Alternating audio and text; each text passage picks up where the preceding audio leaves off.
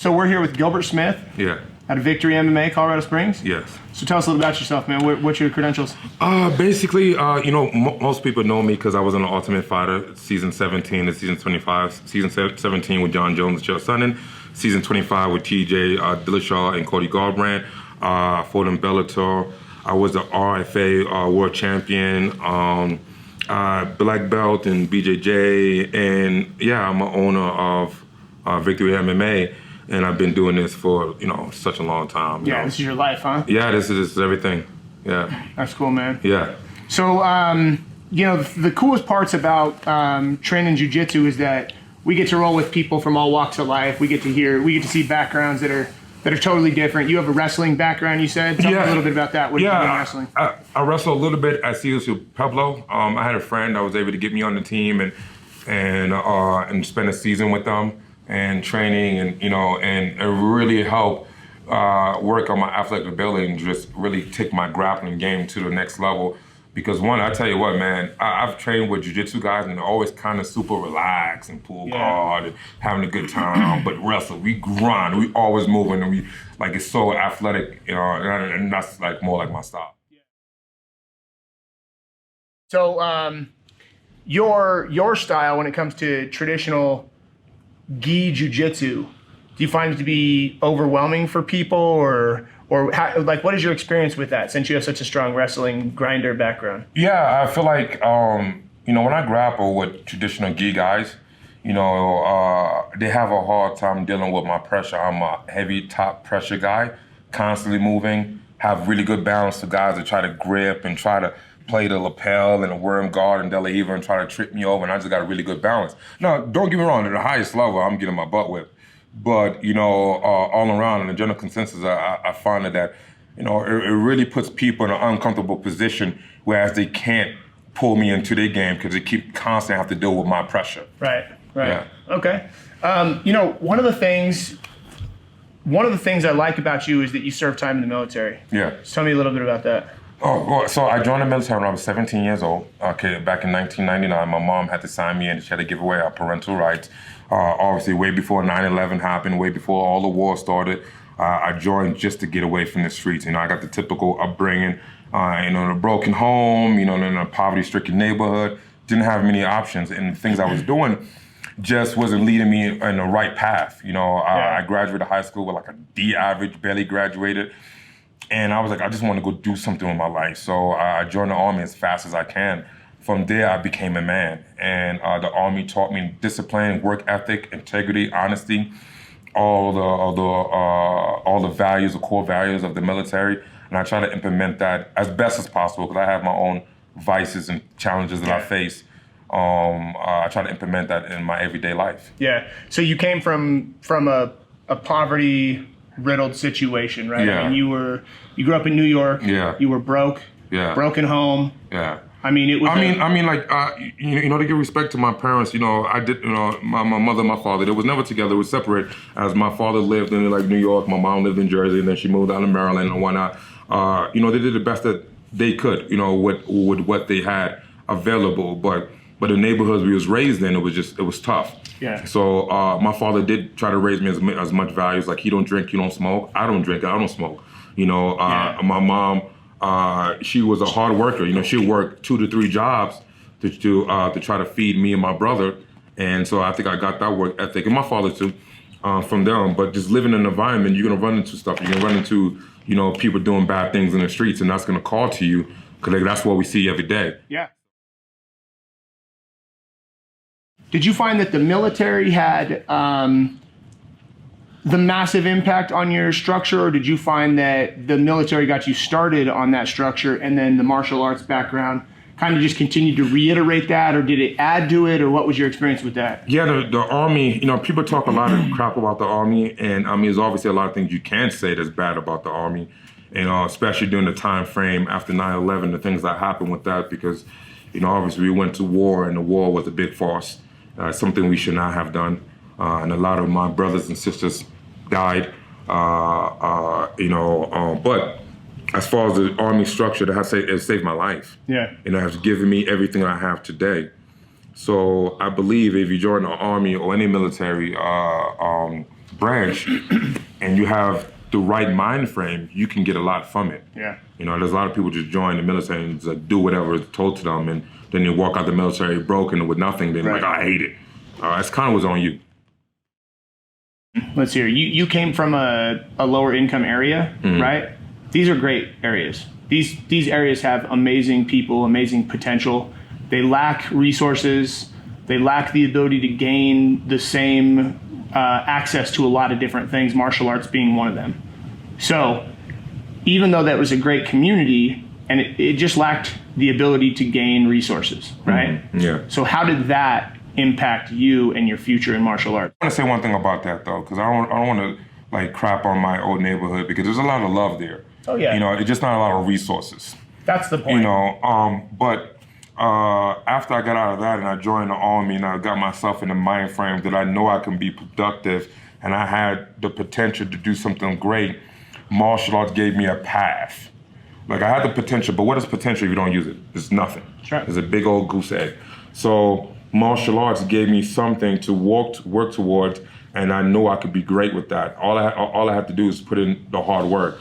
You know, be dedicated, which is like what I got tatted on my chest, hard work, dedication. So giving people the opportunity to utilize the God-given gift of unlimited potential, because I believe everybody has unlimited potential, is what makes martial arts so special. Agreed. Hard work, dedication is kind of a mantra you've lived by forever. Does it always have no spaces? I'm just kidding. Yeah. Hashtag hard work, dedication. It is one word. It's one word to me. Yeah, hard work, dedication. Because at the end of the day, it's like, you know, in order to be dedicated, you gotta be willing to put in the hard work. And once you put in the hard work, then you're truly dedicated. So I don't see how you can separate it. Right. And I don't see how those words could ever be separate. Hey, I'm doing hard work, but I'm not dedicated. Right. I'm dedicated, but I'm not doing the hard work. They can't be separated. No, I like that, man. I like that they're together. Yeah. And you've been saying that forever. Yeah. Like you've been saying hard work, dedication forever. Yeah. You've also been topless pretty much your entire career, bro. Yeah. So I gotta know, and this is like, this needs to make the cut for the interview, bro. But you legitimately have been topless your entire career. Yeah. Like during this, what, 16? Season 16? Of 17. During season 17 of The Ultimate Fighter, you never put a shirt on. I did, but yeah, it wasn't recorded. They already recorded the times I had my shirt off. And like you are literally known for having your shirt off. Now, why? Why? You gotta understand, man. We was born naked. Like it's so funny how people get all wrapped up in nudity. Like, and nudity is so bad. You don't want your kids seeing nudity. You don't want your girlfriend or your boyfriend seeing nudity. He got his shirt off. She got her pants. Like, listen, we all got the same thing, a little bit different. Okay, but my shirt off is nothing special. I'm just comfortable being in my skin. Okay. But it's nothing special. I'm not saying I'm better than you. Not saying I'm sexier than you. You know, because I've had it where like I was in way better shape, way more abs, way bigger chest, and I've had females tell me, "Oh, I don't like big muscles." So I like, you know, it doesn't really signify anything. I'm comfortable in my skin. You're just comfortable with your shirt off. Yeah, and it is what it is. I mean, I wouldn't have had this interview any other way. Yeah, like, for sure. I didn't even have to ask you to pop the shirt. But you know, in my defense, you know, my gi is sweaty, it is wet. I don't feel like keeping a cold, sweaty gi on me. So it is what it is. And I mean, people can put their own spin on it. Or they go Gilbert trying to show off again. If that's the way you feel, then I say a lot about you, homie. No, I That's agree. about me. So what are your future goals? You run a gym, you run Victory MMA, you got some top level guys out of there that you're really bringing along. Yeah. What are your goals with your gym? With your fighters, what do you want to see in the next 10 years for you?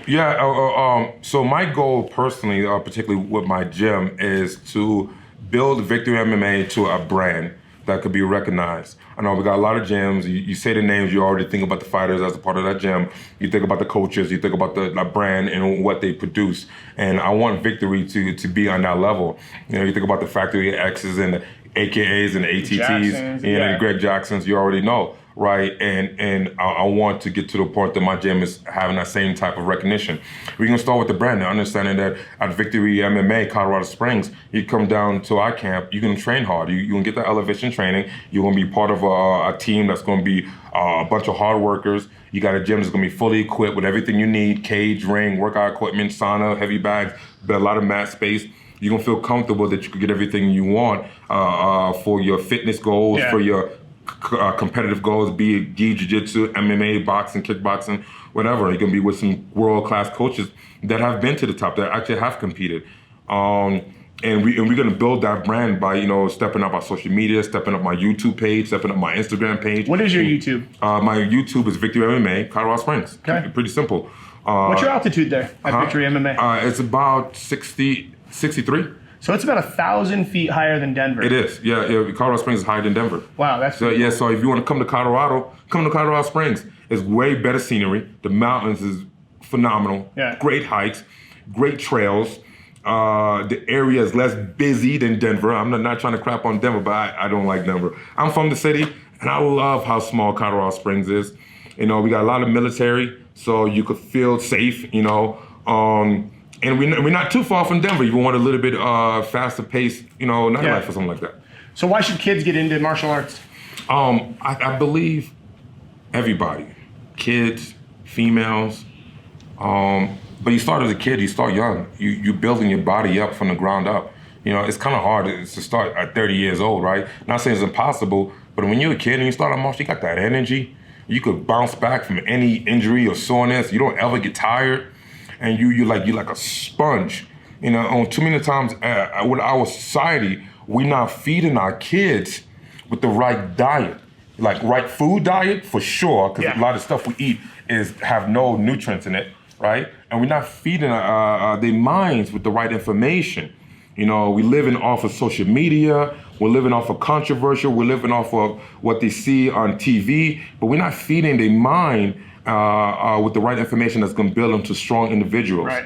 And I think martial arts is one of those programs that could teach them how to be strong physically, how to be mentally strong, control their emotions, deal with depression, anxiety, how to give them a bunch of pills and make them feel like they're weird or they're different. How many times I come to a jiu-jitsu school and like the guy that I just never thought that was a badass is like choking me out. You know what I'm saying? And or even this young girl, like I tell you the story how I even got into jiu-jitsu. Like I was in New York channel with Marcelo Garcia, and I was back when I was wrestling. I was also a bodybuilder. I was bigger than what I am now, and I was at Marcelo Garcia school in New York, and I went there and trained. And at the end of class, I wanted to roll because I was a grappler, a wrestler, big guy. I wanted to roll with the guys. No, Professor Marcelo told me, hey, go with that girl. I'm like, I want to go with that girl. I'm gonna break that girl. Like she's like 130, and I want to go with the big dudes, all those muscles and all that stuff. No. Go with her. Man, I know a lot about jiu-jitsu, but man, she was tapping me out, choking me out, all over the place. I had no idea. Right after that, I took off my jacket, went to my bag, handed my credit card and said, I need to learn this. That's right. I got all these muscles, and this little girl could tap me out. Like, what it says about her. Now, I ain't talking about me, right? Because I got humbled. But what it says about her. Yeah. Like she's able to defend herself. She's able to maneuver herself around a grown man with big muscles. Yeah. You know what I'm saying? So that's what we can start teaching our kids, to be confident and to be secure in who they are and not have to worry about, being bullied and things like that. Do you find that during your martial arts career, you went to a class and then you went home, forgot about it, and then came back to the class the next day, did the same thing, rinse and repeat? Or did you find that there was some homework involved? You wrote stuff down, you took notes, you watched videos, you studied online. Yeah. You did your homework, man. Yeah. What was it? What was that about? If you know anything about me, you would know that I live this. Like I tell my guys this. This is a fact. Okay, I don't care what coach tell you. Okay, I don't care what instructor, professor tell you. No champions are made in class. They are not. Those are mediocres, everyday, regular people. Champions are what people, they take the information they get from their instructors, from their coaches, from their mentors, from their professors, and they grow with it. They do their own research. They drill. They come a little bit early and drill. They stay a little bit later. They talk to the professor and say, hey, can I get some privates? They buy privates. They go study. They maybe YouTube it. I say that with a little caveat, because don't be YouTubing all the crazy stuff. You don't even know how to do a regular armbar. But they study not just the jiu-jitsu, the technique, the philosophy, the lifestyle, the diet, all the things that make you a well-rounded martial artist, that make you a well-rounded human being. And those are the things that's really going to take you to the next level. If you just come to class and go home and come back to class and think your professor is going to give you everything within an hour, you're going to be okay. Yeah, you feel like you're never making any progress, No, you right? got to take responsibility. This professor, he has 100 students. Sorry if he can't give you everything. That's just not the way the world works. Okay, Okay, and same thing in college, same thing in high school, Absolutely. same thing even work. When you train underneath someone, you have to be willing to put in the work to go above and beyond to take yourself to the next level. If this is really what you want, some people just like being mediocre. I just never been my style. Well, and I don't know that I would call it mediocre as much as I would just say some people have different expectations of themselves as others, right? Like Well, some I people call it just mediocre, wanna- man. You say whatever, man. I'm straightforward and I'm blunt. And what I say about mediocre, and you could take it as an insult, but it's just a description, as an observation. And mediocre could be like, man, what are you trying to say? I'm nobody. No, I'm just saying like you're average, and that's okay if that's what you want to be. If you don't want to be that, if you don't want to be that, don't get insulted and work harder. It's like people every day they get up and they go to work. They go to work to this bullshit job, and they work at 9 to 5 to pay rent. 9 to 5, pay rent. Not saying that's bad. You're taking care of your family. You're feeding your kids, your wife, and your husband. And yeah, you got a house. You got a car. You're living okay. You only got one life. Do you want to spend that working 9 to 5 to pay rent? Or do you want to go and do something big? Do you want to be an example for your kids? Do you want to be a hero? Do you want to strive to be something great? Or do you just want to go to work, come home, watch football? No. That's mediocre. And if that's what you want, take it, own it. Don't get offended. I agree. You know what I'm saying? So that's just me. There are certain people that think this is what life is bringing me, and then there are certain people that say, I want more and I expect more, and I'm gonna go fucking take more. Yeah, right? Don't be afraid to fail. Don't Right. be afraid to fail. Like I always say, people, they are afraid to succeed and they love failure. What do you mean? I don't like to fail. Yes, you do. Because if you didn't like to fail, you would get up 3 o'clock in the morning, 4 o'clock in the morning, and do that extra work. Yeah. You go do those runs. You'll go read that book. You'll go buy that private from your professor. You'll go do that extra work. No, if you don't, guess what, homie? You don't like to win. You don't like to sacrifice. You don't like to give up all the amenities of life to get your goal. You die now. You work hard now so you can live like a king later.